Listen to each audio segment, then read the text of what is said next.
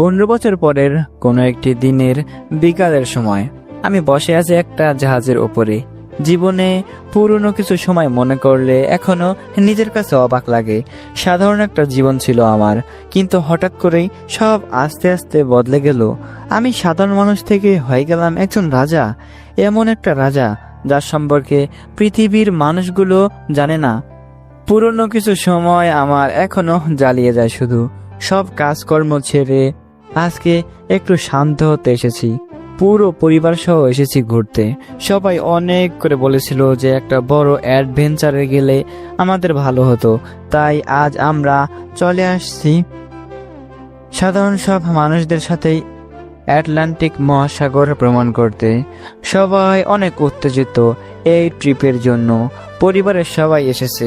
সবাই বলতে আমার আম্মু, আব্বু, বোন হৃদি বাদে আমার 4 রানী আছে এখানে। আর আমার ছোট্ট ছোট্ট 3 সেনাবাহিনীও তো আছে। 2 মেয়ে আর 1 ছেলের বাবা হয়ে গেছি। এটা ভাবলেও কেমন যেন লাগে।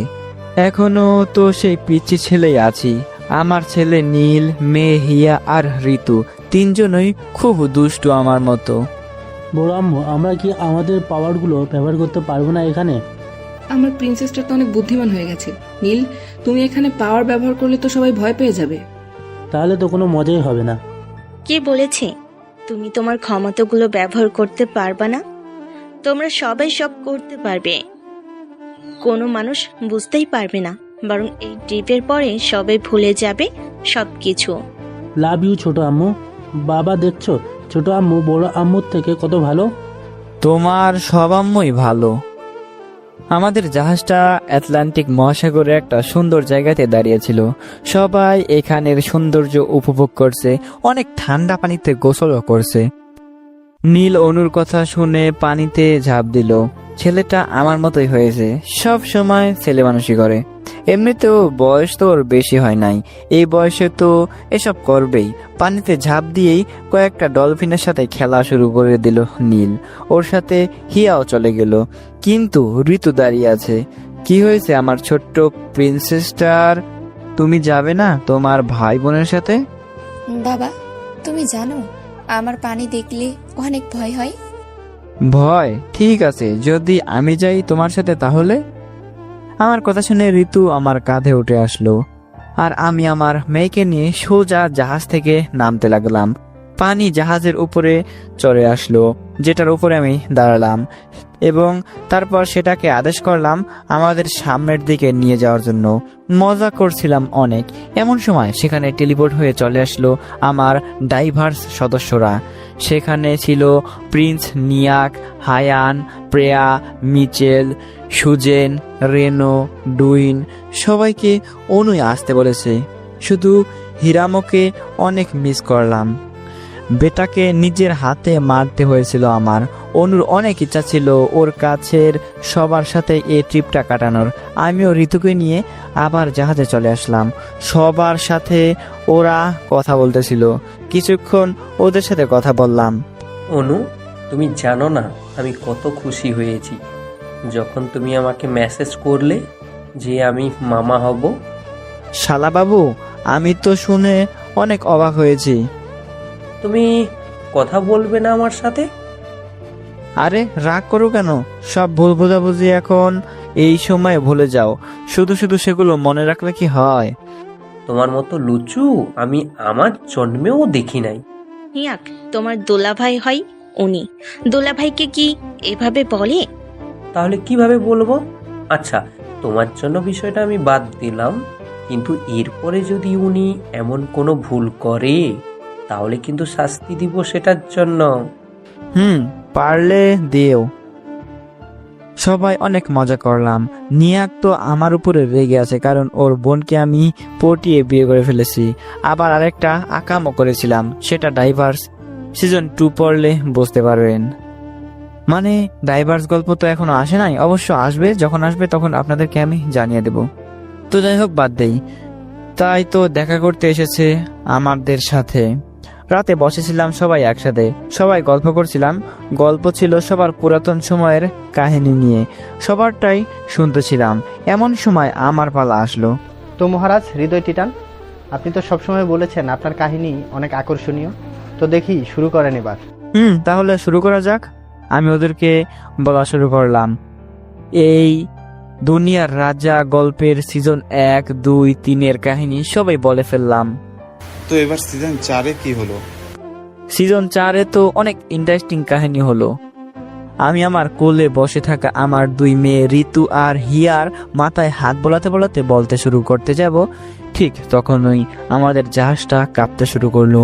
হঠাৎ করেই কোথা থেকে একটা কালো ছায়া উড়ে আসলো এবং সেটা আমার ছেলে নীলকে ধরে উধাও হয়ে গেল। কোথায় গেল সেটা কেউ জানে না। নীলকে নিয়ে যাওয়ার সাথে সাথেই সব ঠিক হয়ে গেল। আবার এতক্ষণ জাহাজটা কাঁপতেছিল। হৃদিতা সাথে সাথে ওর হাতে থাকা ফোনে দেখে বলতে শুরু করলো, জিনিসটা নীলকে নিয়ে চলে গেল। আমি নীলের জিপিএস ট্র্যাক করতে পারছি না।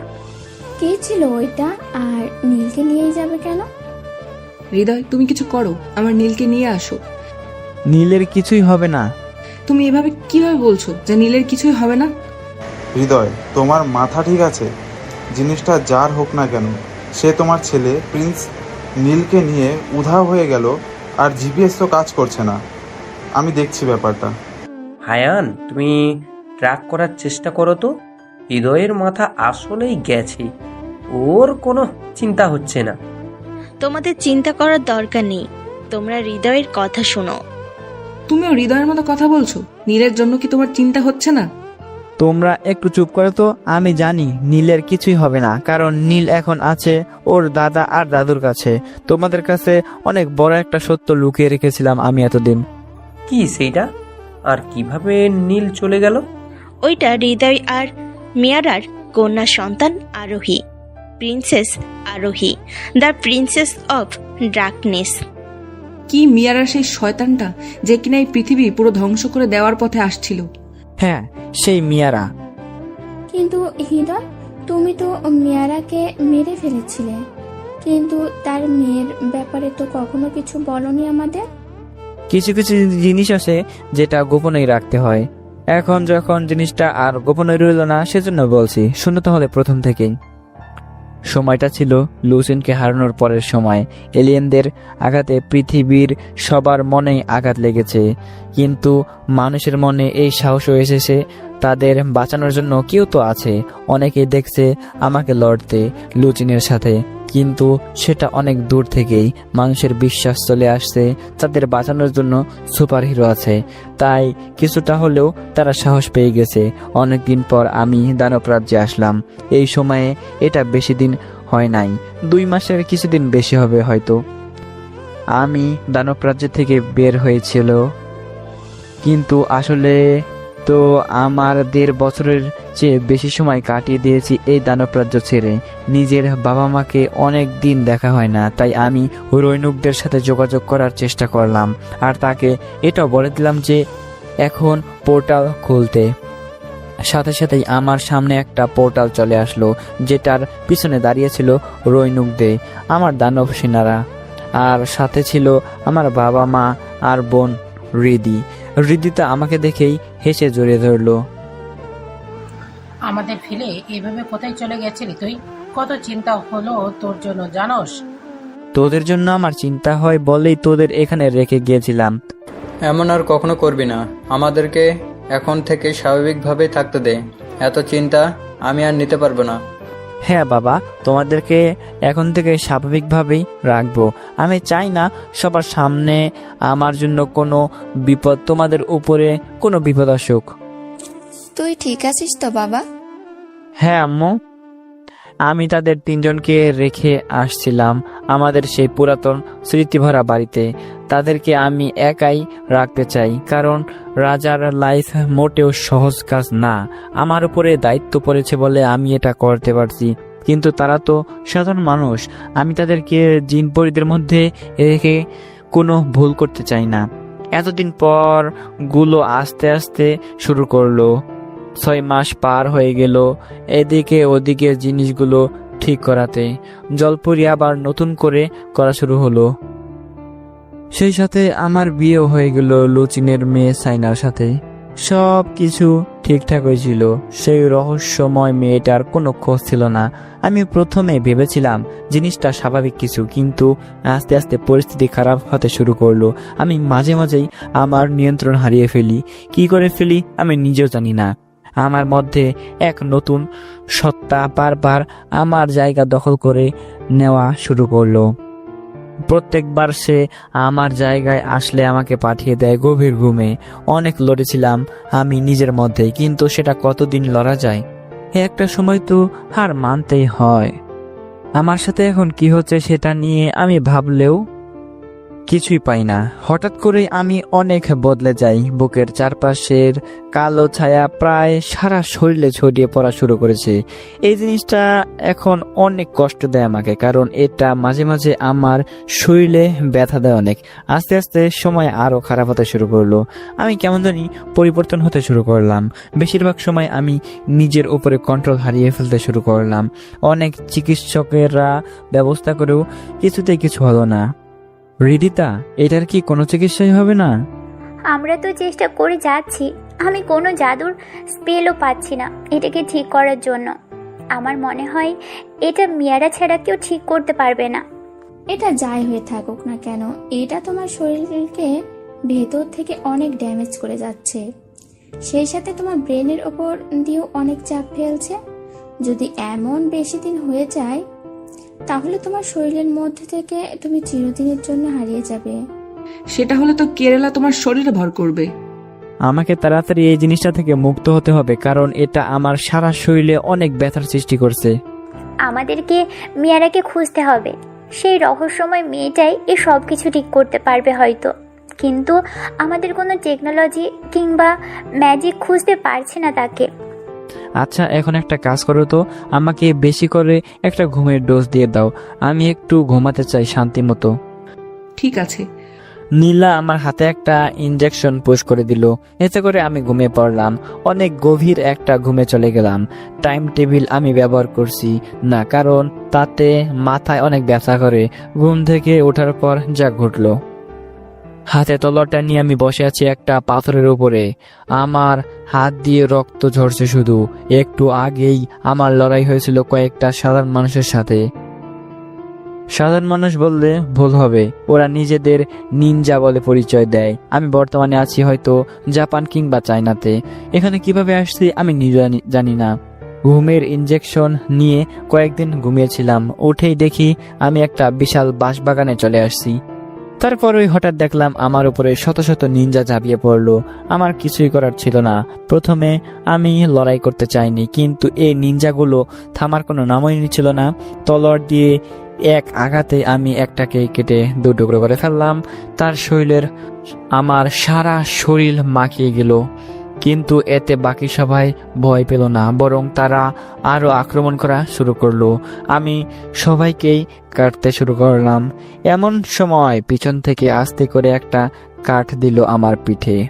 তাতে আমার রাগটা এবার চরমে চলে গেল। আমি নিজেকে কন্ট্রোল করতে পারলাম না, আমি তলোয়ার মাটিতে গেড়ে দিলাম। এবার আমার সারা শরীর আস্তে আস্তে আগুন হতে শুরু করলো। পুরো শরীর আস্তে আস্তে জ্বলতে শুরু করলো। এটা আগে কখনো হয়নি। নিজের প্রথম এমন ক্ষমতা দেখে ভালোই লাগছিল। আস্তে আস্তে লাল আগুন কালো হতে শুরু করলো। ভাবিনি জিনিসটা অনেক ভয়ানক হবে। আমি জোর করে একটা চিল্লানি দিলাম, কারণ আমার সারা শরীরেও ব্যথা শুরু হয়ে গেছে। আমি কিছু বুঝে ওঠার আগেই সেখানে চরম একটা ব্লাস্ট হয়ে গেল। আমার শরীর থেকে বড়সড় একটা এনার্জি ব্লাস্ট হয়েছে। এতে করে আমি যে বাঁশবাগানে ছিলাম এতক্ষণ সেটার পুরোটাই ধ্বংস হয়ে গেল। আশেপাশে যত নিনজা ছিল সব মারা গেল। আস্তে আস্তে আমার শরীর ঠান্ডা হতে শুরু করলো। আমি বসে পড়লাম একটা পাথরের উপর। বসে বসে ভাবতে লাগলাম কিভাবে আসলাম আমি এখানে। পুরনো কথাগুলো ভাবতে লাগলাম, কিন্তু কোনো কাজই হলো না। আমার মাথায় কিছুই ঢুকছে না।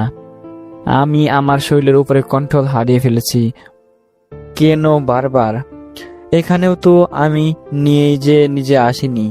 কেউ বারবার আমার শরীর আমার থেকে নিয়ে যাচ্ছে। এভাবে চলতে থাকলে তো দিন দিন আমার অবস্থা অনেক খারাপ হয়ে যাবে। আমি কি করব নিজেও বুঝতে পারতেছি না।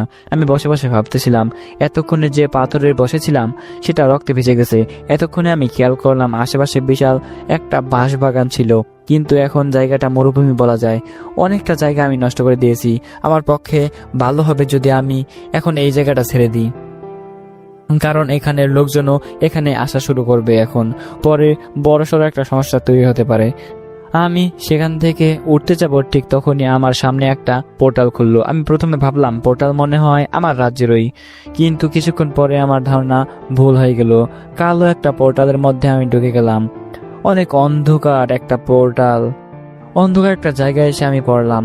শুধু অন্ধকার নয়, জায়গাটা অনেক ভয়ানকও। আমি কোনোদিনও ভাবিনি একটা ভূতের জায়গায় আমি আসব। বরাবরই ভূত আর পেতনি আমি অনেক ভয় পাই, আর সেই ভূতের একটা বাড়িতে আমি এসেছি। সামনে দুটো দরজা আছে, বাম দিকে তো যাব না কারণ ভিতরে একদম অন্ধকার, কিন্তু ডান দিকের দরজার ভিতর থেকে আলো বের হচ্ছে। আমি হাঁটা শুরু করলাম। একটু ভিতরে যাওয়ার পরেই দেখতে পেলাম সামনে সিঁড়ি রয়েছে, আর সিঁড়ির পাশ দিয়েই বড় বড় মশাল লাগানো, যেটার আলোতে আলোকিত হয়েছে। আমি হৃদিতার সাথে যোগাযোগ করতে যাব, কিন্তু আমার কাছে যোগাযোগ করার কোনো কিছুই নাই। কি করার? উপরে উঠে দেখা যাক। উপরে উঠতে লাগলাম। আমার কাছে সবকিছু হরর মুভির মতো লাগতেছিল। দেয়ালে কিছু ভয়ানক মূর্তি বানানো আছে, যেগুলো দেখে আমার খুব ভয় হতে লাগলো, কিন্তু মনে সাহস নিয়ে আমি উপরে উঠতে লাগলাম। উপরে উঠে আরো দুটো দরজা পেলাম আমি, ডান পাশে আর বাম পাশে। ডান পাশে একটা খুললাম আমি, খুলে ভিতরে গেলাম আমি। দরজাটা খুলেই আমার ভেতরে কেমন জানি মনে হলো, নতুন কিছু পরিবর্তন হলো, এমন অনুভব করতে লাগলাম আমি ভিতরে ঢোকার পরেই যা আশা করছিলাম আমি ভিতরে একদম তা নেই। আমি যেটা আশা করেছিলাম তার থেকেও অনেক সুন্দর একটা জায়গা। এটা একটা পাহাড়ের উপরে চলে এসেছি আমি। সামনে একটা বেঞ্চ রয়েছে, যেখানে একটা মেয়ে বসে আছে।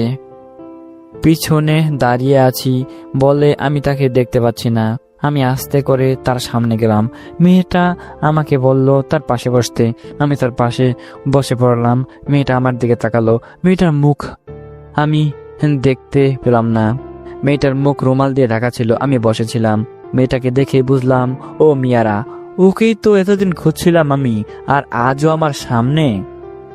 তোমাকে তো আমি খুঁজতেছিলাম। আমার সাথে কি করেছো তুমি? আমি আস্তে আস্তে খারাপের দিকে চলে যাচ্ছি। নিজের শরীরকে আমি নিজেই কন্ট্রোল করতে পারছি না। কিছুই তো করিনি। অধিকাংশ মেয়েরাই যা করে সেটাই করেছিলাম। ছোটখাটো একটা লাভ বাইট দিয়েছিলাম তোমার বুকে। তাহলে সেই কামড়ে আমার সারা শরীর কালো হয়ে যাচ্ছে কেন? আমি কিভাবে বলবো? তুমি এভাবে বলবে না, আমি বুঝেছি। কিছু তো তোমাকে করতেই হবে। আমি আমার হাত দিয়ে মেয়েরার হাত ধরার চেষ্টা করলাম, কিন্তু পারলাম না।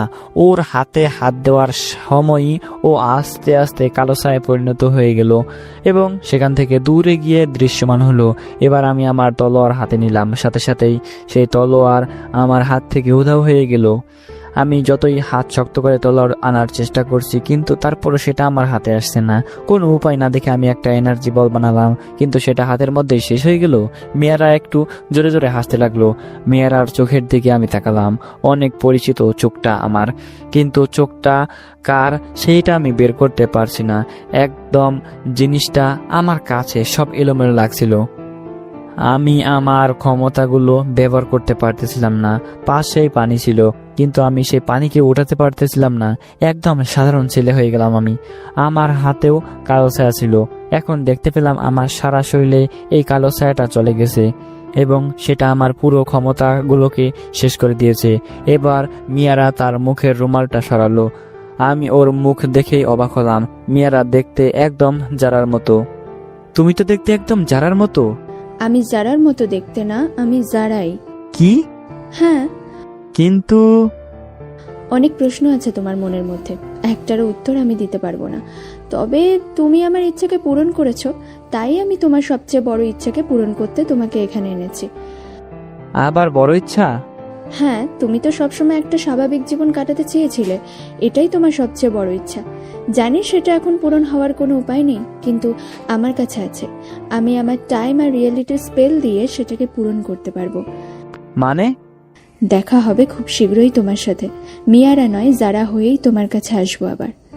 মিয়ারা ওর হাত দিয়ে আমার দিকে একটা পুশ করলো, সাথে সাথেই ঝড়ো বাতাস আমাকে উড়িয়ে নিয়ে ফেলে দিল পাহাড় হতে। আমি উপরে তাকিয়েছিলাম ওর মুখের দিকে, সাথে সাথেই আরেকটা জিনিস দেখতে পেলাম। আমি নিচে পড়তেছিলাম, কিন্তু মিয়ারার পাশেই আবার আমি দাঁড়িয়েছিলাম। মাথায় কিছুই ঢুকলো না আমার। আমি উঠতে চেষ্টা করলাম, কিন্তু পারলাম না। আমি চোখ বন্ধ করলাম, কারণ এটাই আমার শেষ দেখা মনে হয়। যেভাবেই হোক মিয়ারা আমার একটা কপি বানিয়ে নিয়ে এসেছে, আর হয়তো তার কাছেই মেয়ারার কোনো স্পেলের জন্য আমার ক্ষমতাগুলো চলে গেছে, আর আমি এখন পাহাড় থেকে পড়ছি। কিছুক্ষণের মধ্যে আমি মারা যাব। আমি চোখ খুললাম, নিজেকে নিজের বিছানাতে পেলাম। সেই পরিচিত বিছানা। রুমের মধ্যে দুটো বিছানা রয়েছে, একটাতে আমি শুয়েছি, অন্যটাতে আমার বোন হৃদি ঘুমাচ্ছে। আমি ঘেমে উঠেছি। একটা আজব এবং ভয়ঙ্কর স্বপ্ন দেখেছি ঘুমে। সুপারম্যানের মতো উড়ছিলাম স্বপ্নে আমি জলপরি, আকাশপরি এবং দানব রাজ্যের রাজা ছিলাম। এত আশ্চর্যজনক স্বপ্নের কথা আমি কোনোদিনও শুনি নাই। হয়তো আমি প্রথম ব্যক্তি, কিন্তু সবকিছু কেমন যেন সত্যি সত্যি মনে হচ্ছিল। আচ্ছা, এই স্বপ্ন নিয়ে ভাবলে তো হবে না। আজকে আমার প্রথম কলেজের দিন, কলেজে যেতে হবে উঠে। তবে একটা কাজ ঠিক করা যায়। আমি হাঁটতে হাঁটতে ব্যালকনিতে আসলাম। এখানেই আমার চারু কাজের সরঞ্জাম রয়েছে। স্ট্যান্ডে কনভাস লাগানো আছে। আমি ভোরের মনোরম পরিবেশে কিছু আঁকার চেষ্টা করলাম। এবারে চোখে দেখে কিছুটা আঁকার চেষ্টা করলাম না, বরং আমার স্বপ্নের দেখে কিছু জিনিস আঁকার চেষ্টা করলাম। মনে জোর দিয়ে অনেক চেষ্টার পর একটা ছবি আমি শেষ করলাম। এবার আমি সেটাকে সেখানে রেখে চলে আসলাম ফ্রেশ হতে। ফ্রেশ হয়ে আসার পরই দেখলাম রীতি উঠে গেছে। কিরে, আজকে তাড়াতাড়ি উঠে গেছিস তুই? আমি প্রতিদিন তাড়াতাড়ি উঠি, তুই তো নাক ডেকে ঘুমাস। তোর নাক ডাকে আমি কি বেশি ঘুম হয় আমার? কি বললি তুই? তুই খাটাসের মতো নাক ডাকস, আমি না? কি বললি? যা, আজকে একা কলেজে যাবি। আমি রেডি হয়ে চলে যাচ্ছি। আমি আরে না, আমার লক্ষ্মী ভাই তুই, তুই কি নাক ডাকতে পারোস? আরেকবার বল। আমার লক্ষ্মী ভাই, তুই একটু ওয়েট কর, আমি এক্ষুনি ফ্রেশ হয়ে রেডি হয়ে আসছি। তাড়াতাড়ি কর। আমি নিচে আসলাম। নিচে বাবা আর আম্মু খাবার টেবিলে বসে আছে, আমাদের জন্যই দুজনে অপেক্ষা করছে। তো আজকে তো তোদের প্রথম কলেজ, ভয় করছে নাকি? আরে কি যে বলো বাবা। ক্লাস বাদ দিয়ে আবার দুজনে আর্ট করতে চলে যেও না। এবার কলেজের প্রিন্সিপাল কিন্তু তোমার বাবার বন্ধু। তোমার বাবা কিন্তু বলে দিয়েছে ভালো করেই প্রত্যেকটা ক্লাস করবা দুজনে। ঠিক আছে। বসেছিলাম আমি। রিদি রেডি হয়ে আসলো টেবিলে। এরপরে জ্যাম দিয়ে 3টা রুটি খেয়ে নিলাম। নে, আর কত খাবি? মোটা হয়ে যাবি তো। কি, মাত্র দুটোই খেলাম। আর খেতে হবে না, পরে মোটা হইলে কেউ বিয়ে করবে না। আমি রিদির মাথায় একটা টোকা দিলাম। আরে দাঁড়া, আমাকে রেখেই চলে যাচ্ছিস কেন তুই? গেলে তাড়াতাড়ি আয়। রিদি মুখে রুটি নিয়েই চলে আসলো। আজকে প্রথম কলেজ, তাই একটু আগে আগে যেতে হবে কলেজে। আমি বাইরে এসে একটা রিক্সা ঠিক করলাম। রিদি এসেই উঠে বসলো রিক্সায়। আমিও ওর পাশে এসে বসলাম। কলেজে আমার একটা বান্ধবী আছে। তোর আবার বান্ধবী? তুই তো সব মেয়ের সাথে ঝগড়া করস। তোর জন্যই তো ঝগড়া করি। আমার বান্ধবীরা তোর উপরে লাইন মারে, আমাকে ননদ বানাতে চাই সবগুলা। আমি দেখতেই তো হিরোর মতো, তাই তোর বান্ধবীরা লাইন মারে? ও মা, আমার উপর প্রতিশোধ নেওয়ার জন্য? তোর নতুন বান্ধবী দেখতে কেমন রে? কেন, নতুন বান্ধবীর নাম শুনেই মনের লাড্ডু ফুটলো নাকি? উঠেও কি হবে, তোর আগের বান্ধবীদের সাথে তো কথাই বলতে দিদি না। যা, এবারে একটা ব্যবস্থা করেই দিব। কি? আমি কি কানে ভুল শুনলাম? আমার তো সন্দেহ হচ্ছে তুই নিজে থেকে ব্যবস্থা করে দিবি। যে কিনা আমাকে একটা মেয়ের সাথেও কথা বলতে দিত না, সে আজ নিজে থেকে বলতেছে। ব্যাপারটা কি রে? কিছুই না। তুই তো জানিস তোর মিথ্যা আমি খুব সহজে ধরতে পারি, তাই সত্যি বল। আসলে আমি না একটা ছেলেকে ভালোবেসে ফেলেছি। কি? হ্যাঁ রে, তোকে তো সেদিন বললাম চল শপিং এ যাই, তুই আসলি না। সেদিন তোর সাথে দেখা করাতে চাইছিলাম ওর সাথে। তার মানে সব হয়ে গেছে? কি মানে ভালোবাসা দুজনেরই হয়ে গেছে? হ্যাঁ। এমন কোনো কথা নাই যেটা আমরা দুইজন শেয়ার করি না। আর তুই এত বড় একটা কথা আমার থেকে লুকিয়ে রাখছস। লক্ষ্মী ভাই, আমার রাগ করিস না। আচ্ছা যা, রাগ করবো না, কিন্তু এখন মেয়েদের সাথে কথা বললে তুই কিছু বলতে পারবি না। আর ঠিক আছে, যা। হৃদির কথায় কিছুটা খারাপ লাগলো, কারণ আমাকে শেয়ার করে নাই কথাটা, কিন্তু আমার এখন লুঙ্গি ডান্স দিতে মন চাচ্ছে। কোনো ছেলের সাথে কথা বলতো না হৃদি, ওর কাছে প্রেম ভালোবাসা একদম দু চোখের বিষ ছিল, তাই আমাকে কোনো মেয়ের সাথে কথা বলতে দিত না। এখন তো ওর প্রেম হয়ে গেছে, মানে এখন ওর বয়ফ্রেন্ড নিয়ে বিজি থাকবে ও, আর আমি মেয়ে নিয়ে। তাহলে কবে পরিচয় করাবি দুলাভাইয়ের সাথে? কয়েকদিন পর ও ঢাকায় গেছে। কথা বলছিস কখন? সব সময় তো আমার সাথে থাকস। রাতে তুই ঘুমালে। তাই তো বলি, সকালে এত দেরিতে উঠোস কেন? দাঁড়া, বাসায় গিয়ে বাবার কাছে বলবো ব্যাপারটা। বল, তাতে আমার বিয়ে আরো তাড়াতাড়ি হয়ে যাবে। তুই তো দেখি বিয়ের প্ল্যানও করে ফেলছস। আচ্ছা চল, কলেজে চলে এসেছি, এই নিয়ে পরে কথা হবে। রিক্সা থেকে কলেজ গেটে নামলাম, সাথে সাথেই হৃদিকে একটা মেয়ে এসে জুড়ে রইলো। মেয়েটাকে আগে কখনোই দেখিনি, কিন্তু তারপরও কেন জানি মেয়েটাকে আমার চেনা চেনা লাগছিল, অনেক চেনা চেনা লাগছিল মেয়েটাকে। মেয়েটা আমার দিকে তাকিয়ে মুচকি হেসে দিল। হৃদয়ে পরিচয় করিয়ে দিই, ও আমার বান্ধবী যারা, আর যারা ও আমার একমাত্র আদরের যমজ ভাই হৃদয়। হাই। আমাদের কি আগে কখনো দেখা হয়েছে? না, আমার তো মনে হয় না। তোমাকে আমার অনেক চেনা চেনা লাগছে। দূর, কি ভাবছিস তুই? আমি ওকে সামনে থেকে আজকে দেখলাম, তুই ওকে দেখবি কবে? আজকে দেখছস? তাহলে পরিচয় হলো কিভাবে? কেন, ফেসবুকে? ও আচ্ছা, চল ক্লাসে চল। আমার মাথা কাজ করছে না, কারণ এখন কেন জানি আমার মাথা ব্যথা শুরু করে দিয়েছে। মনে হচ্ছে এই মেয়েটাকে আমি অনেক আগে থেকে চিনি, কিন্তু সেভাবে কিছুই মনে পড়ছে না। আচ্ছা, আমি বাদ দিলাম জিনিসটা, মনের ভুল হতে পারে। মেয়েটা দেখতে কিন্তু পরীর মতো। এত সুন্দর মেয়ে আমি আগে কখনো দেখছি কিনা সেটা আমার মনে পড়ে না। হ্যাঁ, স্বপ্নে ওর মতো অনেক সুন্দরী দেখেছি আমি, কিন্তু বাস্তবে এমন মেয়ে আমি কোনোদিনও দেখি নাই। অনেকটা ইতস্তত বোধ হচ্ছে, মনে কেমন জানি করছে, হয়তো ভালোবাসার উদয় হচ্ছে মনে। এত সুন্দরী মেয়ে দেখলে সবারও এমন হবে, তবে ভয়ও হচ্ছে, কারণ সুন্দরীদের দিমাগ বেশি হয়, তারা নিজেদের সুন্দরের গৌরবে কাউকে পাত্তাই দেয় না। তারপরও হৃদি আছে, দেখি কোনো ব্যবস্থা হয় কিনা। গল্প শুরুর প্রথমেই কিছু কথা বলে রাখি, আগের পার্টে অনেক কিছুই বোঝেননি অনেকে। মানে আমরা আগের পর্বে যা বলেছিলাম, মিয়ারা বলেছিল সে হৃদয়ের সবচেয়ে বড় চাওয়াটাকে পূরণ করে দেবে। মানে হৃদয় সব সময় চাইতো স্বাভাবিক জীবনের, যেটা কখনোই সম্ভব না, অর্থাৎ আমার কথাই বলতেছি। কিন্তু মিয়ারা সেটা সম্ভব করে দেয়। মিয়ারা নিজের ব্ল্যাক ম্যাজিক ব্যবহার করে হৃদয় মানে আমার ক্লোন বা কপি বানায়, এবং সেটাকে হৃদয় এর সমস্ত ক্ষমতা দিয়ে দেয়। সে শরীর থাকে কেরলার দখলে, আর মিয়ারা আসল হৃদয়কে পাঠিয়ে দেয় টাইম স্পেল ব্যবহার করে সময়ের সেই প্রথমে, যেখান থেকে সব শুরু হয়েছিল।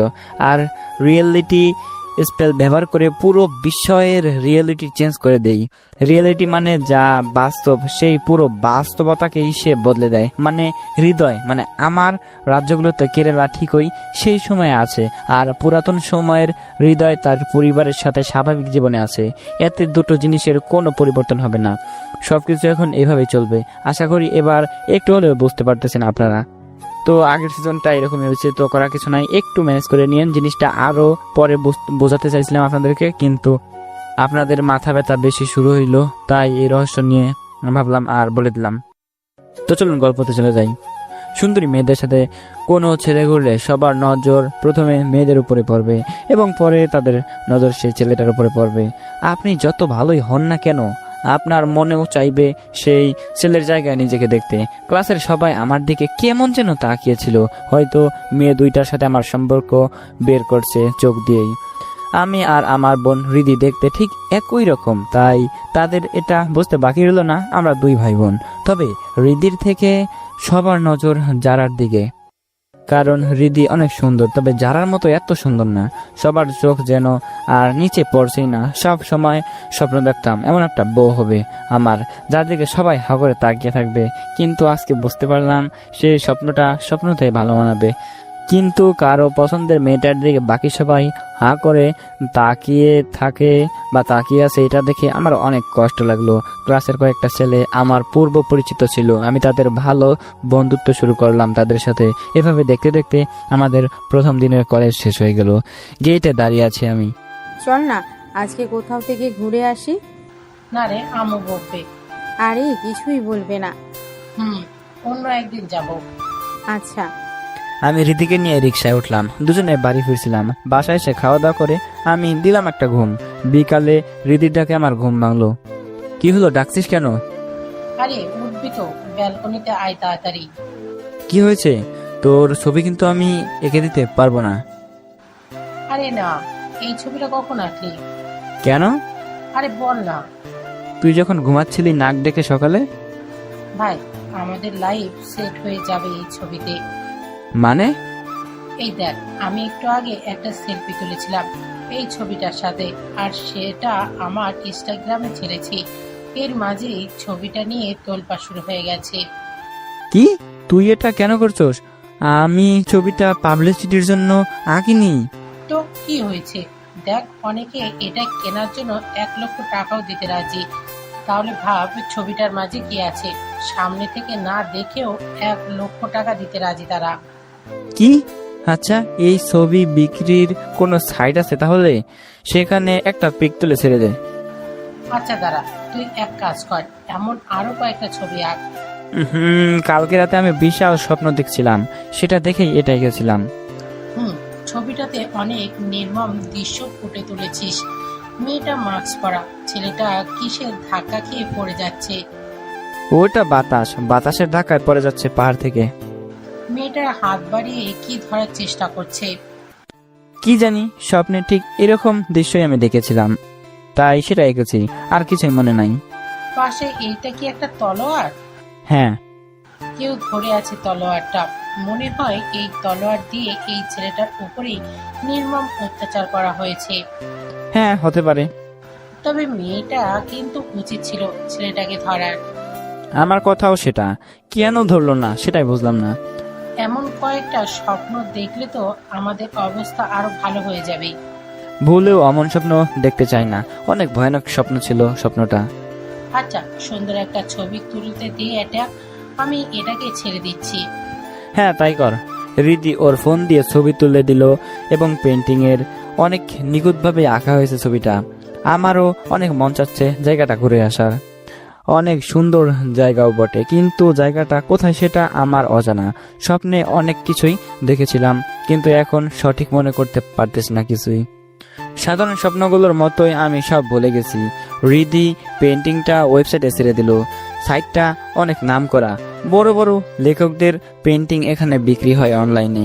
জানি না আমার কেমন মূল্য হবে, কিন্তু আশা করি ভালোই হবে, কারণ আসলেই রিদির পোস্ট করা ছবিতে ভালো মূল্যের কথা বলেছে ছবিটার।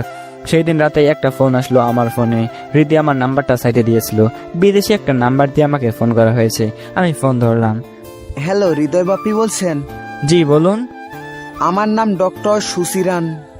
আমি আপনার পেন্টিংয়ের ব্যাপারে কথা বলতে চাই। জি, আমি পেন্টিংটা কিনতে চাই। ভাগ্যক্রমে আমার একটা লোক বাংলাদেশে আছে, আর সে আপনার ঠিকানা কাল সকালেই চলে যাবে। কত দিবেন আপনি? জি, আপনি যত চাইবেন তত দিতে রাজি আমি। মূল্য কত চান আপনি? 10 লক্ষ বলতে যাব, কিন্তু 10 বলার সাথে সাথে লোকটা বলে উঠলো, আপনার কয়েন বেজের বিটিসি ওয়ালেট অ্যাড্রেসটা দিন, আমি এখনই 111 বিটিসি পাঠিয়ে দিচ্ছি। আজ সকাল সকালে আমার একজন লোক গিয়ে আপনার ছবিটা নিয়ে আসবে। আমার ইমেল দিয়ে একটা মেল করা হয়েছে আপনাকে, সেই ইমেলে ওয়ালেট অ্যাড্রেস পাঠিয়ে দিন। লোকটা ফোন কেটে দিল। আমি স্থির হয়ে রইলাম। 111 বিটকয়েন, এর মানে তো অনেক টাকা। আমি গুগলে ক্যালকুলেশন করলাম, পুরো 10 কোটি। আমি তো 10 লক্ষ বলতে চাইছিলাম। আসলেই কি পেন্টিংটার দাম এত? তাহলে তো আমার এতদিনের আঁকা ছবিগুলোরও অনেক দামি হবে। আমি ভাবতেছিলাম গভীর চিন্তায়, এই ছোট বয়সে যে আমি কোটিপতি হব সেটা কখনো কল্পনা করি নাই।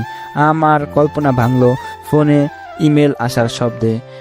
আমি একটু আগে আমার কয়েন বেজের ঠিকানা পাঠিয়েছিলাম, সেখানে পুরো 111 বিটিসি চলে আসছে। মনের ভিতরে একদিক দিয়ে খুশিও লাগছে, আরেক দিক দিয়ে দুঃখও লাগছে, কারণ যে পেন্টিংটা আঁকলাম এটা আমার নিজের কাছেও অনেক ভালো লেগেছে। এটাকে বিক্রি করতে মন চাচ্ছে না, সব জিনিস তো সবসময় আঁকা যায় না। যাই হোক, একটা দীর্ঘশ্বাস ফেললাম আমি। ভাগ্য যে এভাবে পাল্টে যাবে সেটা কে জানতো। একটা ছবিতেই আমাকে কোটিপতি করে দিল, এমন আরো কয়েকটা আঁকার চেষ্টা করা উচিত। পরের দিন খুব সকালে একজন লোক আসলো, আমার থেকে ছবিটা নিয়ে গেল, পেন্টিংটা খুব যত্নে নিয়ে গেল। প্রথমে কালো কাপড়ে পেঁচিয়ে নিল, তারপর সেটাকে একটা বাক্সে রাখলো। বাইরে তাকিয়ে দেখলাম একটা BMW গাড়ি, দেখে অবাক হলাম না, কারণ যে 10 কোটি দিয়ে একটা ছবি কিনতে পারে তার চাঙ্গু পাঙ্গু BMW চালাবে একটা স্বাভাবিক, এবং এখানে অস্বাভাবিকের কিছুই নাই। গাড়িতে একটা বুড়ো লোকও বসা ছিল, গ্লাস নিচু করে অনেকক্ষণ তাকিয়েছিল আমার দিকে। লোকটা ওভাবে তাকানোর মানে আমি বুঝলাম না। ছবিতে তাদের বিদায় করে ভিতরে ঢুকলাম। ওরা কারা ছিল? আম্মু, হৃদয় কালকে একটা পেন্টিং বানিয়েছিল আর সেটা ওই লোকগুলো কিনে নিয়েছে। কত টাকা বিক্রি করলে? তোমরা শুনলে পুরো অবাক হবে। কেন? অনেক টাকা দিয়েছে, হৃদয় আমাকেও বলছে না ঠিক মতো। পুরো 10 কোটি। কি সত্যি বলছিস নাকি ফাজলামি করছিস? সত্যি, আমি 10 লক্ষ বলতে চাইছিলাম, 10 বলবো এমন সময় সে নিজে থেকে 10 কোটি দিতে চাইলো। ছবিতে তো তেমন কিছু দেখলাম না। হয়তো তারা কিছু দেখেছে। হতে পারে। আচ্ছা শোন, তোদের আজকে কলেজে যেতে হবে না, আজ তোদের আফজাল আঙ্কেলের মেয়ের জন্মদিন। তো তো সেখানে যেতে হবে আমাদের? পরে যাব, প্রথমে একটা গাড়ি এবং একটা বাইক কিনবো আমরা, চলো। গাড়ি টাড়ি কিনতে হবে কেন? এমনিতেই তো ভালো আছি। আমি বলছি তাই। বাবা, তুমি চলো তো আমার সাথে। এখনই? হ্যাঁ। নাস্তা শেষ করে আমরা চলে আসলাম টয়োটার শোরুমে। খুব সকাল সকালে এসেছি, বেশি ঘোরার সময় নেই আমাদের। টাকা যখন এত আছে সেগুলো তো খরচ করতেই হবে। বিটকয়েনের দাম এখন তেমন বাড়ে নাই, তাই সব বের করা মানেই হয় না। যেটুকু দরকার সেইটুকু ব্যাংক ট্রান্সফার করলাম। প্রথমে আমরা টয়োটা শোরুমে ঢুকলাম, সেখান থেকে একটা টয়োটা ব্র্যান্ডের ছোট খাটো গাড়ি কিনলাম। পুরো পরিবারে আছি, মাত্র আমরা 4 জন। বড় গাড়ির তো কোনো প্রয়োজনই পড়বে না। গাড়ির পেমেন্ট করে আমরা সেটা নিয়ে বের হলাম বাইকের শোরুমের দিকে। অ্যাপ্রিলা ব্র্যান্ডের অ্যাপ্রিলা RS4 125 মডেলের বাইকটা কিনলাম। অবশ্য মডেল থেকে বাইকটা কেনা হয় নাই, আমি তো দাম দেখে কিনলাম। এটার থেকে তো বেশি দামের বাইক এই বাংলাদেশে হয়তো বিক্রি করবে না। বাইরের থেকে আনানোর মতো ইচ্ছাও নেই। একবার কাগজপত্র সব ঠিকঠাক করে আমাদের বাসায় ফিরতে দুপুর হয়ে গেল। বাবা আর আম্মু বাসায় দুজনে গাড়িতে করে ফিরেছে, আর আমি আর রিদি দুজনে বাইকে করে। এতদিন তোর ইচ্ছা তাহলে পূরণ হলো। হ্যাঁ, বাবাকে কত বলেছিলাম একটা বাইক কিনে দিতে, কিন্তু দেয়নি। তখন তো বাবার অবস্থা ভালো ছিল না। হ্যাঁ, যা হয় সব ভালোর জন্যই হয়। আমার তো তোফাজ্জল আঙ্কেলের বাসায় যেতে মনই চাচ্ছে না। মন চাচ্ছে আজকে আমার ভাইয়ের বাইকে সারাদিন ঘুরতে। তোকে নিয়ে ঘুরবো কেন রে? আমাকে ঘোরাবি না তো কাকে ঘোরাবি বল? কেন, তোর তো বস আছে, ওর বাইকে ঘুরবি। ওর ভাঙাচোরা বাইক। কুত্তা, হাসবি না, বাইক আমিও চালাতে পারি, তোর বাইক তুই নিজেই পাবি না। দুপুরের দিকে আমরা বাসায় পৌঁছালাম। এখন আমাদের সময় আফজাল আঙ্কেলের বাড়িতে যাওয়ার। ওনার মেয়ের নাকি আজকে জন্মদিন। দেখে আসি আঙ্কেলের মেয়েটা। ছোট্টবেলায় মনে হয় শেষ দেখা হয়েছিল, আর এতদিন সে ছিল তার মামার বাসায়, তাই তাকে আর দেখতে পারি নাই। আফজাল আঙ্কেলের ছেলে আবার ঢাকা ইউনিভার্সিটিতে পড়ালেখা করে। বাবার অনেক ঘনিষ্ঠ বন্ধু হওয়ায় আফজাল আঙ্কেলের বাসায় আমাদের যাতায়াত অনেক আগে থেকেই। আঙ্কেলের ছেলের নাম জিসান। জিসান ভাইয়ের সাথে অনেক ভালো সম্পর্ক আমাদের। আমি বাইক চালাচ্ছিলাম, পেছন থেকে আমার পেছনে বসে আছে রিদি। বাবা আর আম্মু গাড়িতে করে আসছে। তোকে একটা কথা বলবো? হ্যাঁ বলো। তোফাজ্জল আঙ্কেলের ছেলে জিসান আছে না? হ্যাঁ, জিসান ভাইয়া। ওই আমার বয়ফ্রেন্ড। কি? হ্যাঁ। তাহলে তোর বয়ফ্রেন্ড জিসান ভাই? যাক, খারাপ না, ভালো একটা দুলাভাই পাবো। কিন্তু ওই বলদটারে তা তোর বয়ফ্রেন্ড হলো কেমনে? জানি না, কয়েকদিন কথা বলার পর এমনি ভালো লেগে গেল। এমনি কারো ভালো লাগে না। আমার লাগে। আচ্ছা বাদ দে, হাদার আমদুল্লাহ ভাই কি আসছে? আসবে না কেন? ওর বোনের জন্মদিন, আর আমি তো যাচ্ছি তাই। হুম। জানিস ওর বোনটাকে? কে? যারা। কি কলেজের যারা? হ্যাঁ। তুই আগে বলবি না যারা আফজাল আঙ্কেলের মেয়ে? বললে কি করতে? কিছু না, সেভাবে কথা বলতাম ওর সাথে। থাক থাক, বুঝি বুঝি। তুমিও যে প্রেমের সাগরে ডুবে গেছো সেটা দেখেই বোঝা যাচ্ছে। বাই দা ওয়ে, একটা গিফট দিতে পারোস, অনেক খুশি হবে তাতে। সত্যি? হ্যাঁ। রিদিকে নিয়ে শপিং মলে চলে আসলাম। একটা গিফট স্টোরে ঢুকলাম। হাজার খুঁজেও পছন্দ মতো কোনো গিফট খুঁজে পাচ্ছি না। অবশেষে বাধ্য হয়ে একটা ব্রেসলেট কিনলাম। অবশ্য রিদির পছন্দ অনুযায়ী কিনলাম। সেটা ভালো করে র্যাপিং করে কটা সুন্দর ব্যাগে ভরে নিলাম। তুই কিছু কিনবি? না, আমি একটা ঘড়ি আগে থেকেই কিনে রেখেছি। আমাকে না বলেই? হুম। আমরা পৌঁছে গেলাম আফজাল আঙ্কেলের বাসায়। বাসাটা অনেক সুন্দর করে ঝলমল করছে। একটু টাকাওয়ালা এবং প্রভাবশালী লোক আফজাল আঙ্কেল, কিন্তু বাবার অনেক ভালো বন্ধু। সেই ছোট্ট থেকে তাদের বন্ধুত্ব। বাইরে এখন জিসান ভাইকে দাঁড়িয়ে থাকতে দেখে আমি অবাক হলাম না, কারণ উনি রিদির জন্য দাঁড়িয়ে আছে। তার পাশে আবার যারাও দাঁড়িয়ে আছে। আমি বাইক নিয়ে সোজা গিয়ে তাদের সামনে নামলাম। মেয়ের সামনে একটু ভাবতে নিতেই হবে। আমি দাঁড়ানোর সাথে সাথে রিদি নেমে গেল। এত দেরি হলো কেন আসতে? আমার ভাইটা যেভাবে বাইক চালায় তাতে যা ভয় লাগে, তাই ওকে বলেছি আস্তে আস্তে চালাতে। তোর ভয় লাগে? হ্যাঁ, পেছনে বসলে ভয় লাগে স্পিডে, কিন্তু বাইক আমি চালালে তো কোনো কথাই নাই। তখনই বাবা আর আঙ্কেল চলে আসলো আমাদের কাছে। বাবা আর আম্মু অনেক আগে চলে আসছে, আমাদের গিফট কিনতে দেরি হয়ে গেছে। তোমরা এখানে কি করছো? চলো সবার সাথে পরিচয় করিয়ে দিই তোমাদের। হ্যাঁ, এখানে সবাই আমাদের আত্মীয় প্লাস বন্ধু বান্ধবরা আছে। সবার সাথে তোমাদের পরিচয় করিয়ে দেই। আমি আশেপাশে তাকালাম, দেখে এবার অবাক হলাম, কারণ আশেপাশে আমার আত্মীয় স্বজনে ভরা। নানি, দাদা দাদি, মামা মামি, কাকা কাকি, ভাই বোন সবাই আছে এখানে। দেখে কোনো বিয়ে মনে হচ্ছে। যাই হোক, আফজাল আঙ্কেল আবার প্রভাবশালী লোক, তিনি সবাইকে দাওয়াত করতে পারেন। আবার আমাদের পরিবারের সাথে তার সম্পর্ক ভালো। আমি আমার হাতে থাকা ব্যাগটা যারার হাতে দিলাম। এইটা কি? তোমার বার্থডেতে গিফট। ও, তোমাকে অসংখ্য ধন্যবাদ। আশেপাশে কেউ ছিল না, আমি পুরো হতবাক হয়ে দাঁড়িয়ে রইলাম। যারা আমাকে চুমু দিল। এ তো মেঘ না চাইতেই বৃষ্টি। কি হ্যালো, হ্যাং হয়ে গেল যে? কিছু না, এমনি। আমি গালে হাত দিয়ে বললাম। কেউ গিফট দিলে তাকে রিটার্ন গিফট দিতে হয়, সেটাই দিলাম তোমাকে। আরো কিছু বলতে যাবো, তখনই আমার বাবা আমাকে ডেকে নিয়ে গেলেন। সবার সাথে পরিচয় করে দিতে লাগলেন আমাকে আর রিদিকে। আমাদের আত্মীয়দের মাঝে অনেকে আছেন যাদের আমি চিনি না, তাদের সাথে পরিচিত হলাম। দুপুরে খাওয়া দাওয়ার ব্যবস্থা হলো। আমরা খাওয়া দাওয়া শেষ করলাম। বিকালের দিকে যারা জন্মদিনের কেক কাটা হলো, সেটার সেলিব্রেশন শেষ। হঠাৎ বাবা বলে উঠল, আফজাল, কাজী সাহেব কি আসছেন? হ্যাঁ, চলে আসছেন।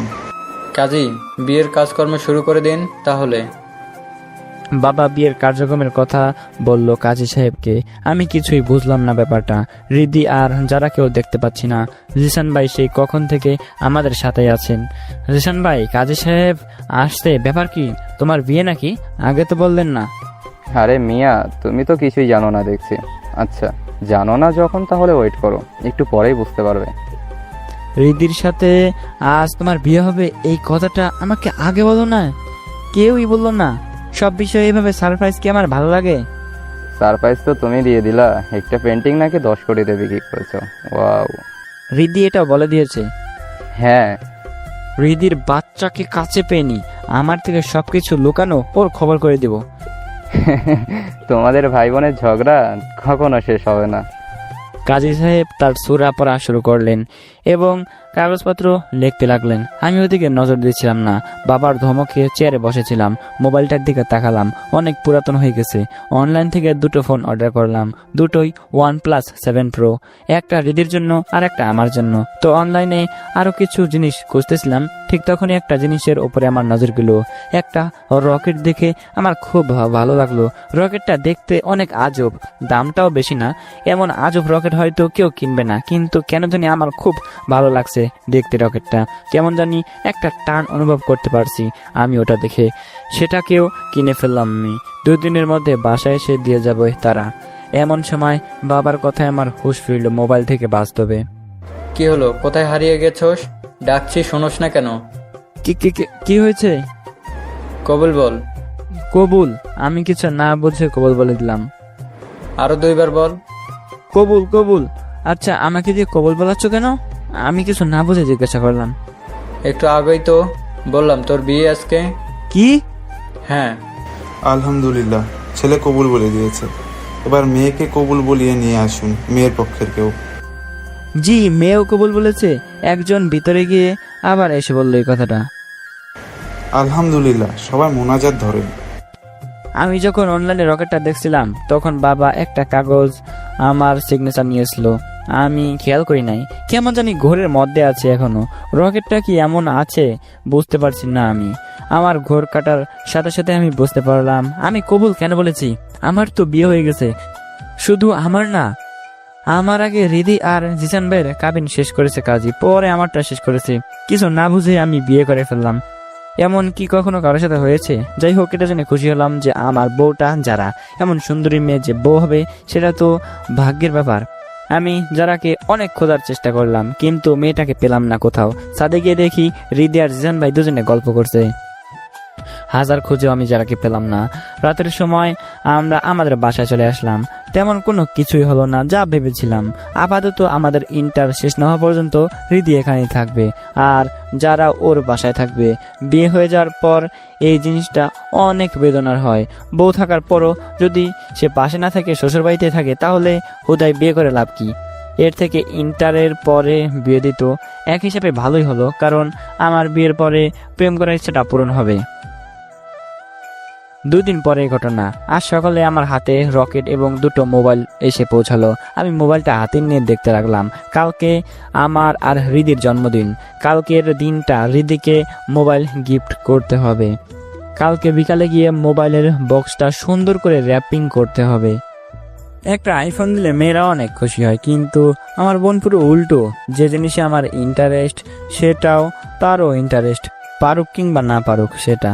আমি মোবাইলের মধ্যে কালো কালারেরটা বের করলাম এবং সেটাই আমার পুরনো সিম কার্ড ভরে নিলাম এবং আরেকটা ফোনের বক্সে আমি পাশে রেখে দিলাম। এবার হাতে ছোট্ট একটা প্যাকেট, এটার মধ্যে সেদিনকার দেখা আমার রকেটটা। আমি সেটাকে আস্তে আস্তে বের করলাম। বের করে আমি সেটাকে হাতে নিলাম। হাতে নেওয়ার সাথে সাথেই আমার চোখ আটকে গেল জিনিসটার মধ্যে। জিনিসটা কি সেটা আমি কিছুই বুঝতে পারছি না, কিন্তু এই রকেটটা আমাকে আকর্ষণ করছে ঠিকই। এই রকেট আমাকে ঠিকই কিছু বলতে চাচ্ছে। আজব করার বিষয় হলো, একটা রকেট কিভাবে আমাকে বলবে, এই জিনিসটা আমার মাথায় ঢুকতেছে না। আমি এটা নিয়ে ভাবনা বাদ দিয়ে রকেটটা আমার গলায় পরে নিলাম। তো এতক্ষণ আপনাদের ভুল বলেছি, এটার নাম হবে লকেট। আমি পড়তে ভুল করেছি, তো আপনাদের কাছে ক্ষমা চাই। এটা হবে গলার লকেট, কিন্তু এখানে দেখাচ্ছে রকেট। তো সরি আপনাদের কাছে ক্ষমা প্রার্থী। তো চলুন গল্পে যাই। লকেটটা গলায় পরে নেওয়ার পর আমি আর আমার নতুন ফোন নিয়ে গেমস খেলা শুরু করে দিলাম। অবশ্য প্যারা নেই, এখন একটা বউ আছে, এখন সারা রাত তার সাথে চুটিয়ে প্রেম করা যাবে। সেদিন রাতেই হৃদির থেকে নাম্বার নিয়ে ওর সাথে কথা বলা শুরু করি। অনেক ক্লোজ হয়ে গেছি 2 দিনে। অবশ্য সম্পর্কটা এখনো বন্ধুত্বের মতো, কিন্তু সেটা আগতে তো আর বেশি সময় লাগবে না। একটা জিনিস আমি খেয়াল করেছি, এর আগে কোনো মেয়েকে ইমপ্রেস না করলেও এই গুণটা আমার মধ্যে ঠিক হয়ে আছে। একটা মেয়ের সাথে কিছুক্ষণ কথা বললে সে মেয়ে এমনিতেই ইমপ্রেস হয়ে যায়। কালকের দিনটা শুক্রবার, সারাদিন সময় আছে কালকে। হৃদি অনেক আগেই কলেজে চলে গেছে। আমার আজকে ভালো লাগছিল না বলে কলেজে আর যাওয়া হয়নি আমার। এমনি তো রাতে অনেক দেরি করে ঘুমানো হয়েছে বলে আমি একটু দেরি করে ঘুম থেকে উঠেছি। আমি ফ্রেশ হয়ে নিলাম, নিচে এসে নাস্তা করে নিলাম। কিরে, তোর নাকি আজ শরীর খারাপ? একটু শরীর দুর্বল। রেস্ট নে, আজকে কোথাও যাওয়ার দরকার নাই।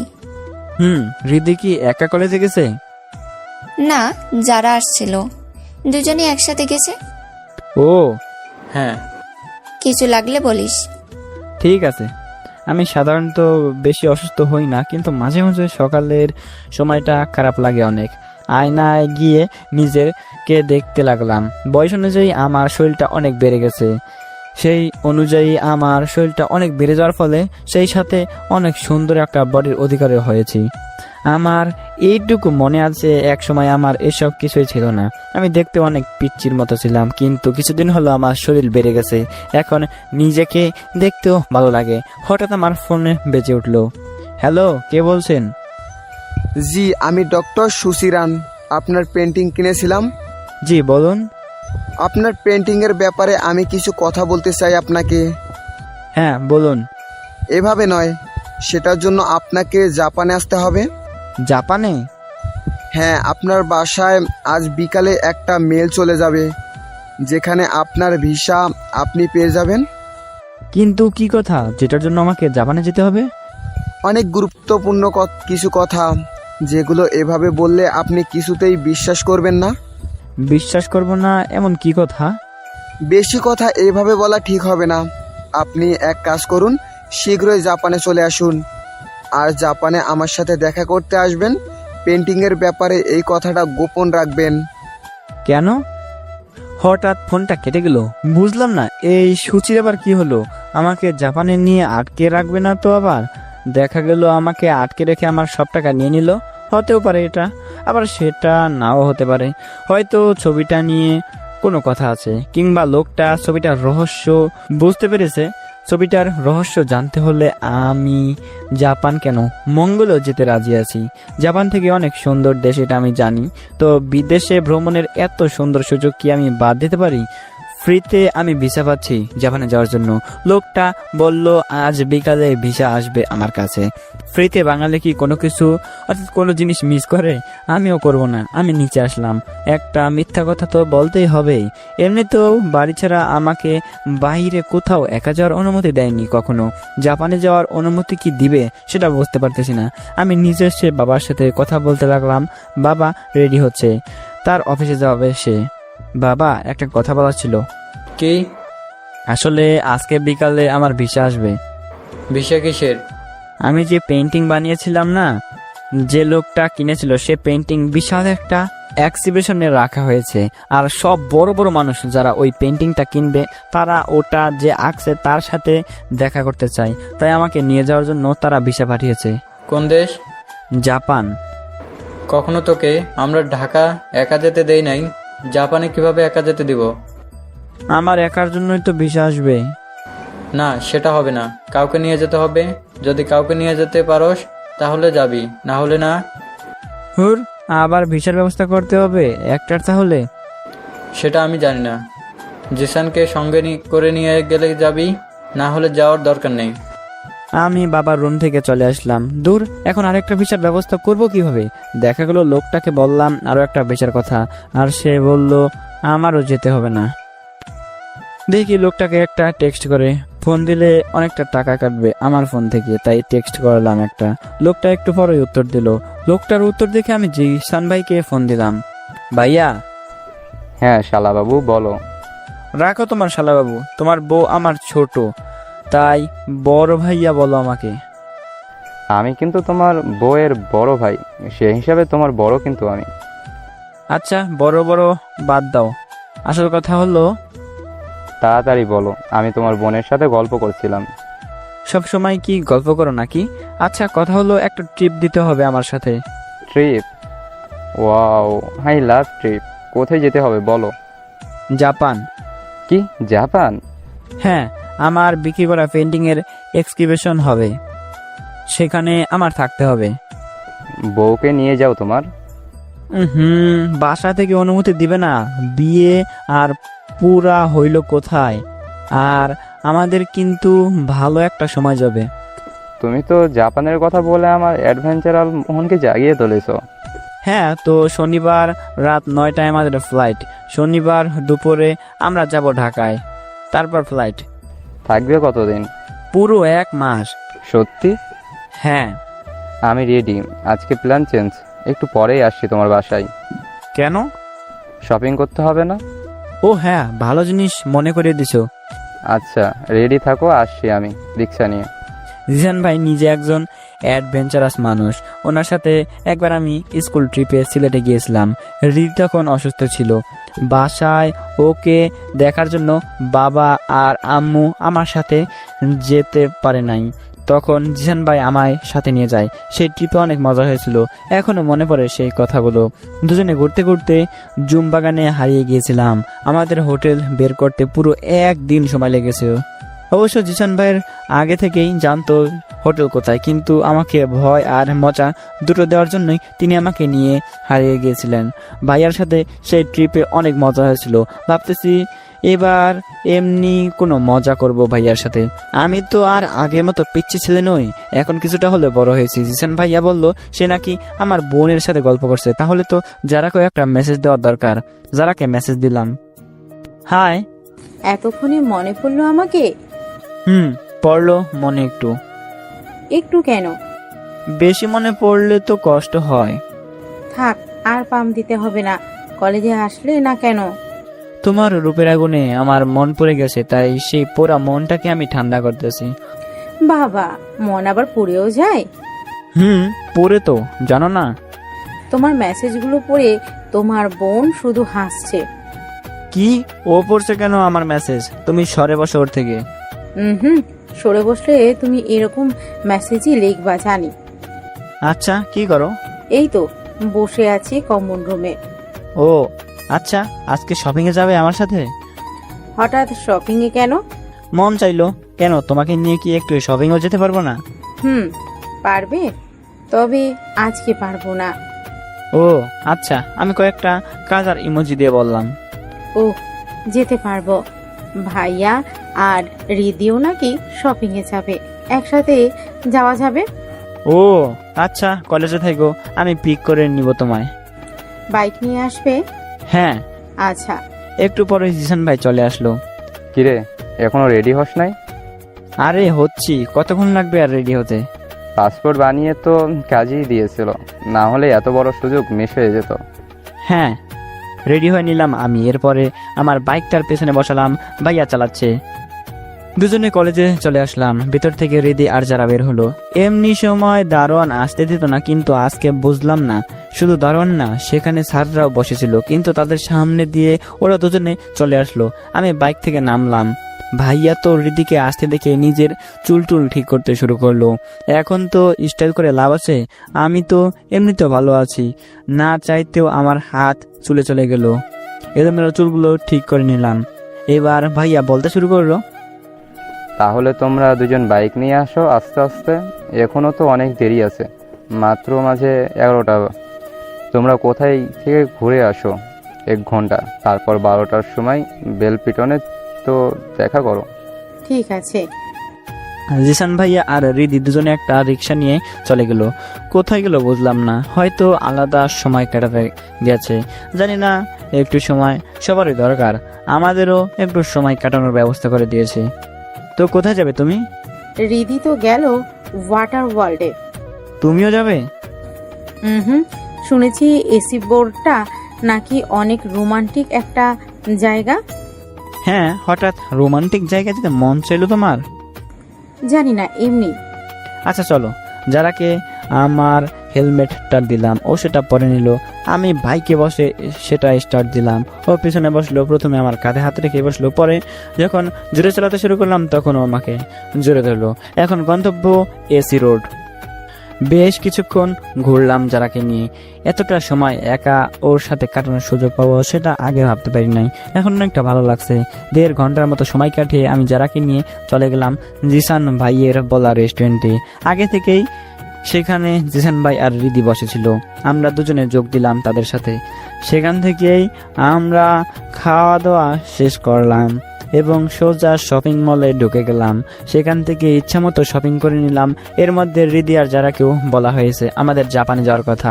রিদি মন খারাপ করেছে, কারণ ওর ইচ্ছা ছিল, কিন্তু যারা আমাদের জাপান ট্যুরের কথা শুনে কিছুটা ভাবনায় পড়ে গেল। আমি ওকে একটু সুন্দর করে বুঝিয়ে বলার পরেই ও আর কিছুই বলল না। সেদিনের মতো বাসায় চলে আসলাম। পরের দিন খুব সকাল সকাল আফজাল আঙ্কেলের পরিবার চলে আসলো আমাদের বাসায়। আজ যে আমার আর হৃদির জন্মদিন, তাই সবাই এসেছে। যারা এসে সেই সকাল থেকে আমার রুম খুঁজে যাচ্ছে। কিছু একটা মনে হয় ও খুঁজছে, কিন্তু কি খুঁজতেছে সেটা আমি বুঝতে পারতেছি না। কি খুঁজতেছো তুমি? তোমার গলায় কাল একটা চেইনের মতো কিছু একটা দেখিয়েছিলাম। ও হ্যাঁ, আমি গলায় হাত দিয়ে দেখলাম রকেটটা নাই সেখানে। আরে আমার গলাতে ছিল রকেটটা। আচ্ছা, তুমি খুঁজতেছো কেন ওটা? কালকে দেখলাম তোমার গলায় সেটা, কিন্তু আজকে দেখছি না। তাই বলে সেটা রুমে এভাবে খুঁজতে হয়? না, ওটা ভালো লেগেছিল আমার, তাই খুঁজতেছিলাম। ও মনে হয় কালকে কোথাও পড়ে গেছে ওটা। আমি না হয় ওটার মতোই একটা তোমাকে কিনে দিব। একটা স্বস্তির নিঃশ্বাস ছেড়ে যারা শুধু মাথা নাড়লো। এরপর আমার কপালে একটা চুমু দিয়ে ও হাসতে হাসতে রুম থেকে বেরিয়ে পড়লো। বুঝলাম না মেয়েটা লকেটের মধ্যে কি দেখলো। আচ্ছা সেসব বাদ দিই, সবার সাথে কথা বলি গিয়ে। 1 মাসের জন্য আমি তো আর বাংলাদেশে থাকবো না, জাপানে যাচ্ছি। অনেক ইচ্ছা মার্শাল আর্ট শেখার, দেখা যাক শিখতে পারি কিনা। এবারের জন্মদিন অনেক স্পেশালই হলো, কারণ এত মজা লাইফে করি নাই। আমার বোন তো আছে, সাথে আছে নিজের বউ, সেই সাথে দুলাভাইও আছে বটে। পরের দিন আমি আর জিসান ভাই বসে আছি বাংলাদেশ এয়ারলাইন্সের বিমানে। একটু পরই বিমানটা টেক অফ করবে। সিট বেল্ট বেঁধে আমি আর জিসান ভাই মজা করছিলাম। আমাদের ভিসা কালকে বিকালে দিয়ে গিয়েছিল এক লোক। জাপানের ট্রিপ কেমন হবে জানি না, লোকটা কি বলবে আমাকে সেটা লোকটা ছাড়া আর কেউই হইতে জানে না। আমরা জাপানের টোকিও শহরে এয়ারপোর্টে ল্যান্ড করলাম। পৌঁছাতে পুরো 9 ঘন্টা লেগে গেল। পুরো ক্লান্ত আমরা এখানে এসেই। আমাদের থাকা খাওয়ার ব্যবস্থাও ডক্টর সুচিরান করে রেখেছেন। ওনাকে আমি আরো অনেক ফোন করেছিলাম, কিন্তু ওনার ফোন বন্ধ বলেছে। কি করব কিছুই বুঝতে পারছি না। আমি তো ভেবেছিলাম আমাদের নেওয়ার জন্য গাড়ি নিয়ে আসবে, কিন্তু সেটা হলো না। এখন কোথায় যাবে? একটা হোটেলে যেতে হবে। কোন হোটেলে? দ্য শিয়ান এ সুচিরান এর পেন্টিং এর এক্সিবিশন হবে, আর আমাদের থাকার ব্যবস্থাও সেখানে করা হয়েছে। আচ্ছা চলো। একটা ট্যাক্সি নিলাম আমি আর জিসান ভাইয়া। ব্যাগ শুধু আমাদের কাঁধে দুটো, এছাড়া অন্য কোনো কিছু বহন করতে ভালো লাগে না। যাওয়ার সময় ঠিক ওই বহন করতে হবে। আমিও টোকিও শহরের সৌন্দর্য দেখতে লাগলাম। চারদিকে উন্নত ভবন এবং সেই ভবনগুলোতে বিশাল বিশাল টিভি লাগানো আছে। রাস্তার উপর দিয়ে হয়তো ওইটা ট্রেনের রাস্তা, অনেক সুন্দর লাগছে। সুচিরানের দেওয়া ভিসার সাথে 2টো টিকিটও ছিল। সেখানে লেখা ছিল হোটেল দ্য শিয়ান, আর সেখানে বিশাল এক্সিবিশন এর কথা লেখা আছে। হয়তো আমি যে চাপা ছেড়েছি সেটার জন্য সুচিরান আমাকে এখানে ডেকেছে। হয়তো আমার পেন্টিং এর আসল কারিগরকে দেখানোর জন্য আমাকে এখানে আনা, জানি না। তবে শুনেছি পুরো পৃথিবীর সবচেয়ে বড় এক্সিবিশনের মধ্যে এটি একটি। প্রতি 5 বছর অন্তর অন্তর তিনি নাকি এক্সিবিশনের ব্যবস্থা করে। উইকিপিডিয়াতে চোখ রাখার ফলে এই ছোটখাটো বিষয়গুলো আমি জানতে পেরেছি। সবগুলো দামি এবং রহস্যময় জিনিসই তার এক্সিবিশনে স্থান পায়। হয়তো আমার পেন্টিংটাও রহস্যময়, জানি না। সেটা তো তার সাথে দেখা করে বুঝতে পারবো। দেখি গিয়ে কি বলে সে। আর আমি জিসান ভাইয়ের দুজনে মিলেই নামলাম দ্য শিয়ান হোটেলের সামনে। এতক্ষণ টোকিও শহর দেখতে দেখতে চোখ জুড়িয়ে গেছে। টেকনোলজির দিক দিয়ে জাপান কতটা উন্নত সেটা আমি এখানে এসে দেখতে পেলাম। এরা সব ধরনের চেষ্টা করে থাকে আরো উন্নত হওয়ার জন্য। আমরা 15 তলা একটা ভবনের নিচে দাঁড়িয়ে আছি। ভবনের তলা গুনবো কি ভেতরে যাব বুঝতেই পারতেছি না। হিদু, এটা কি হোটেল নাকি? হ্যাঁ, ওপরে দেখো বড় করে লেখা আছে হোটেল দ্য শিয়ান। এত বিশাল? আসলেই প্রতিটা তলা অনেক বড়, দেখে মনে হবে না একটা তলা সেটা। ভেতরে মনে হয় বিশাল বিশাল রুম থাকতে পারে। আমরা 2 জন ভিতরে ঢুকলাম ট্যাক্সির ভাড়া দিয়ে। এয়ারপোর্ট থেকে এ দেশের কারেন্সি বের করে এনেছি, না হলে চলবো কি করে। ভেতরে গেটে সংগ্রহ মেশিন লাগানো আছে। আমরা কাছে যেতে সাথে সাথে সেটি খুলে গেল। ভেতরে ঢুকেই এসির হাওয়া খেতে লাগলাম। এতক্ষণ গাড়িতে এসির মধ্যে ছিলাম, বাহিরে বের হয়ে অনেক গরম লাগছিল, কিন্তু এখন ভালোই লাগছে। আবারও এসির মধ্যে ঢুকে পড়ছি। সামনে বিশাল কাউন্টার, সেখানে জাপানি 4টা মেয়ে দাঁড়িয়ে আছে, তাদের সাহায্য করার জন্য তাদের পাশে 2টো রোবট দাঁড়িয়ে আছে।